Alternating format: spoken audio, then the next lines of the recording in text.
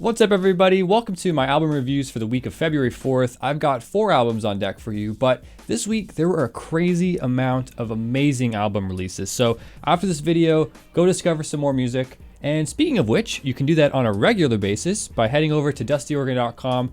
That is where I post every single day about new music. There's so much gold out there. Go discover it. And don't forget to like this video and subscribe to the channel. There's going to be more of this every week. And if you want to be an extra supporter, go check out my Patreon where you can support the blog for only $4 a month and you get a ton of great perks. It's less than a cup of coffee all month. It's amazing. As well, you can check out my store, dustyorgan.bigcartel.com. I just launched a new merch line. It is beautiful stuff.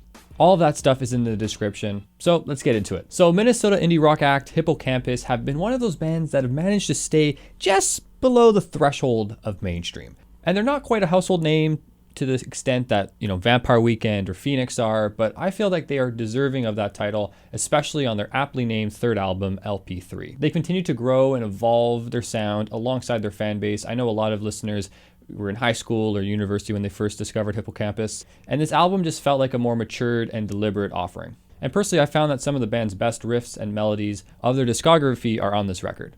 And there's a lot of youthful quality to this album, which I really enjoyed. At the same time, this band was able to experiment and kind of reach out into new realms. But because this is a band that really knows their sound and knows who they are, I felt that they'd done it with confidence and they executed it well. Personally, I felt like this album didn't have any real skips at all. So good job, guys. I'm going to give this one a nice 8 out of 10. So navigating your 20s has never really been an easy thing. Just ask your parents. But Toronto-based indie folk pop trio Wild Rivers kind of bottle up that frustration and insecurity into their really lighthearted and bright new album, Sidelines. So now this is their second album, and I found that there was a lot to reflect on and dance to and just overall enjoy about this album. And it's filled with infectious melodies and dynamic energy, and I felt that that was in due part to the alternating vocal duties as well as their underlying folk pop energy. But at the same time, that style kind of dips its toes into other genres, and you get a little bit of synth pop, there's a bit of country, a bit of indie rock. They all kind of work together. And it was good because I thought Wild Rivers avoided coming off as disingenuous or overly generic. There's a ton of their personality and humor that is littered into the lyricism and the songwriting, and they let their personality shine through, which gives the album a very down-to-earth and humble feeling. And the band has started to find some viral success, but at the same time, they're still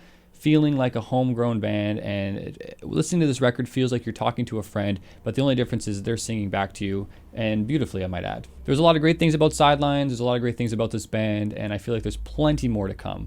So I'm going to give this one a solid 7.5 out of 10. I feel like it's been a long time since a band has been able to find such a universal critical acclaim, and UK art collective Black Country New Road have managed to do that not once, but now twice with their sophomore album, Ants from Up There. It's been almost a full year to the date since their 2021 debut album For the First Time came out, and that received a ton of acclaim from different outlets. So many 5 out of 5, 10 out of 10 ratings, but they've managed to do it twice with their new album, Ants from Up There, and their flow styles between avant-garde, post-rock, indie rock, a little bit of classical, there's just so much going on. And the impressive thing is they've managed to create their own sound that's very unique to them, which is something very impressive considering they haven't really been established that long. Spanning over an hour, this 10-track collection is a very attention-demanding and cerebral listening experience. It's packed full sonically and lyrically, which I really enjoyed. Half of the songs on this album are no less than 6 minutes, including a 12-minute finale. But that being said, just because a song is long and different and progressive doesn't make it good. But in this case, Black Country New Road don't waste a single moment on this album. Personally, I found that there's something just so transfixing about frontman Isaac Wood's voice. A side note, he did just announce his departure from the band last week indefinitely, so we'll see what comes from the future.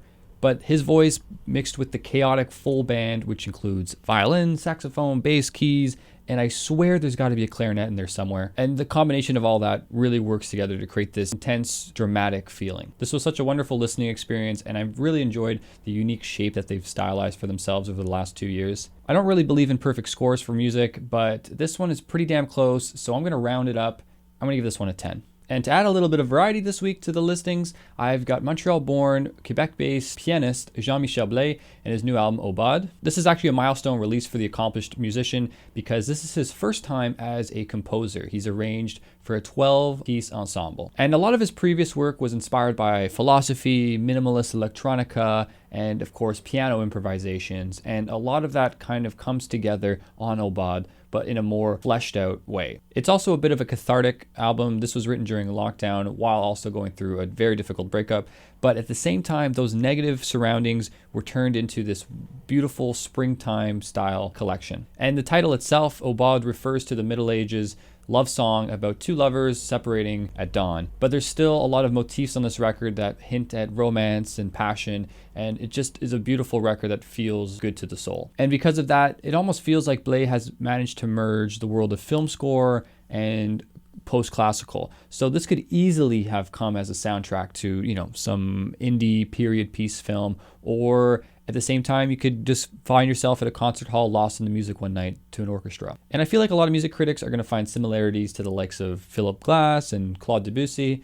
And Philip Glass' assistant actually helped produce this record. And what I really liked about this album was the recording process. They got really up and close to the musicians and their instruments, so you can almost feel and hear the textures of the strings, of the woodwinds, and of the piano, of course. At times, it almost feels like you're sitting across from the musician and you can almost see the music flowing out of them. And I felt that Aubade is truly a piece of work that reaches into your soul and adds color and adds life to it through their playful narratives and the wonderful composition style. You can almost hear elements of discovery, heartbreak, and coming to terms with time and peace. And like I previously said, I don't really believe in perfect scores, but this one deserves a bit of a rounding up. I'm going to give this one another 10.